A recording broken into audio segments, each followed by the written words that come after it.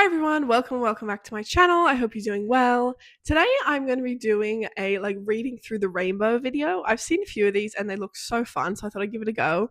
And it's kind of a fun way to try and knock some stuff off my TBR. So in case you haven't heard of it, it's pretty simple. Basically, you are reading through the rainbow, so a book with a red cover, a book with an orange cover, and so on. So yeah, that's about it. Let's get into it. So the first book I read was When You're Mine by Blake Pierce. This is a reddish pink cover. We're going to count it. And we follow Finn, who is recently dumped, is an American police officer who I believe was suspended again, and then decides to go on the trip of a lifetime that he's always wanted to do and go visit his, I think, college roommate in England. And his mate in England is a cop as well. Police officer. So they end up, he goes to stay with him. The friend gets called in on a case. Finn ends up tagging along, and the mystery unfolds, and he starts helping out.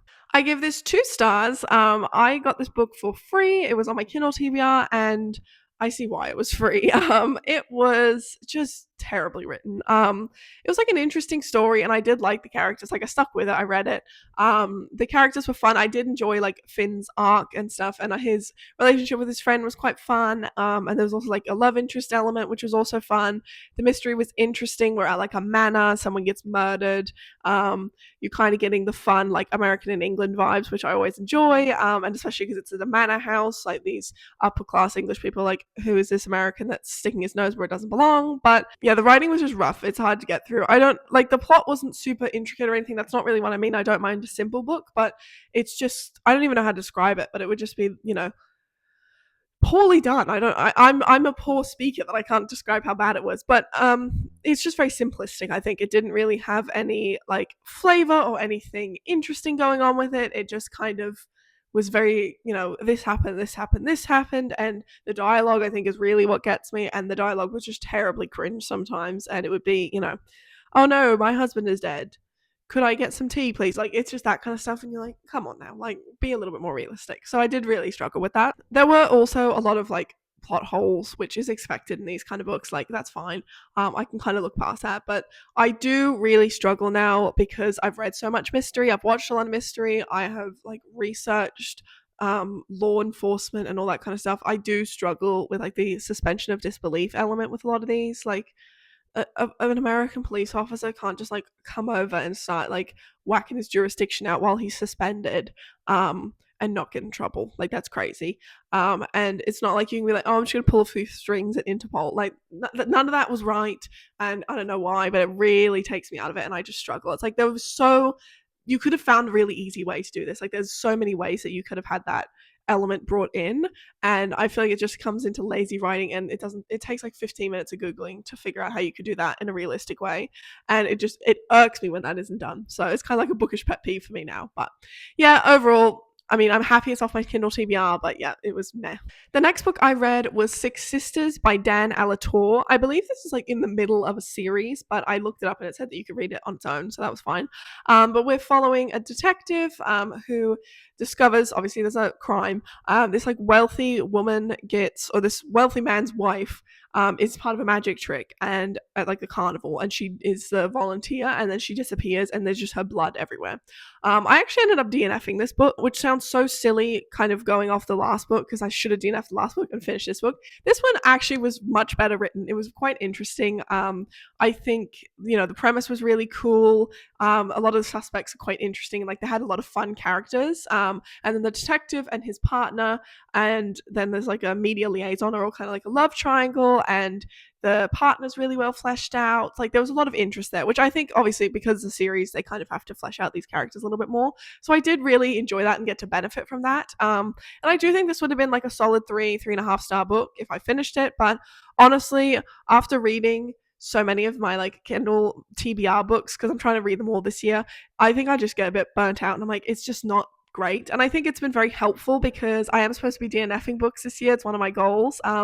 But it just kind of puts things into perspective for me, because I'm okay, it's just not there. It's an interesting story, and it's not his debut, but it's just not quite the class of writing. That sounds so bad. I could not write better than this, I promise. I'm a terrible writer, but I could not like I couldn't get through it really because I know that I have 300 other books on my physical on my TBR that I would enjoy more and that have a higher chance of being a 4-star or a 5-star. So why am I wasting my time like finishing this? I'm a little bit curious about what happened at the end. I don't know, but I didn't finish it and I haven't googled it since I finished it, so I don't care enough clearly.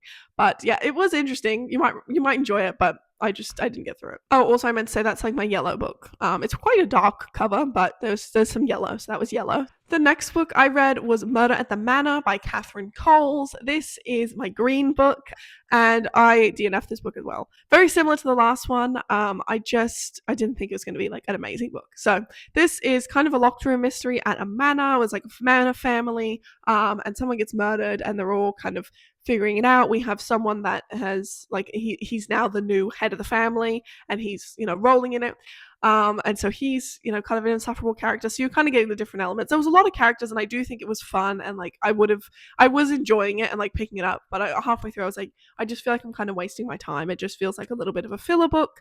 Again, I don't think like it was. It was meh. It was fine. It wasn't anything groundbreaking. It wasn't written super poorly or anything like that. There's definitely like the cringy moments, and when you're like, come on now. But overall, it was fine. Again, I do think this is also better than When You're Mine, but I just didn't want to finish it. I didn't want to waste the time and go, okay, yep, that was a 2.5, that was a 3. Like, I know that I have interesting books on my TBR that I'm excited to read, and this was not one of them. So, another DNF, which is a tick in my book because I'm trying to DNF more books this year. The last book I read for this video, which I did actually read, is The Fountainhead by Ayn Rand. This is my blue book, and I gave this 5 stars. She is, wow, Ayn Rand. Oh, if you haven't heard of her, she's kind of like a philosopher who writes these absolute tomes. This book was like 800 pages, and it was one of her shorter ones. No, it isn't, but like her main book is probably like I think it's 1,300 pages, which I have read and did enjoy as well. But she, she just writes kind of, it's like commentaries on. I mean, every book I suppose is a commentary on life, but kind of philosophical lessons and stuff like that. So this one we follow Howard Rourke, who is an architect who is like very unyielding in his principles and believes that he should build the building based on like what the building's purpose is and not for anyone else. Like it doesn't matter if you want it to be classical, it needs to only function for the building's purpose, and the world just doesn't like him for that. So it's kind of a him against the world vibe.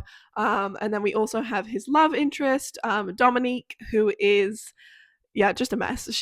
We love Dominique, but she is like she recognizes him and agrees with him, but she basically thinks that because the world won't appreciate it, she's just gonna like be his arch nemesis and try and like ruin his career. This sounds so wild, especially if you're like more of a book talk kind of person. You're gonna be like, what is this book? It is long, but I love this book. I love the two of them, honestly. I think a big part of why I love this book was their characters. Obviously the story is really amazing, and I did actually really enjoy reading about architecture. It's kind of made me want to do like some personal study into architecture. This and Ted Mosby. But yeah, I really liked them together. I think they were fun characters on their own. They were really fun coming together, and there's a while before they meet where you're kind of like, they're gonna like each other when they meet.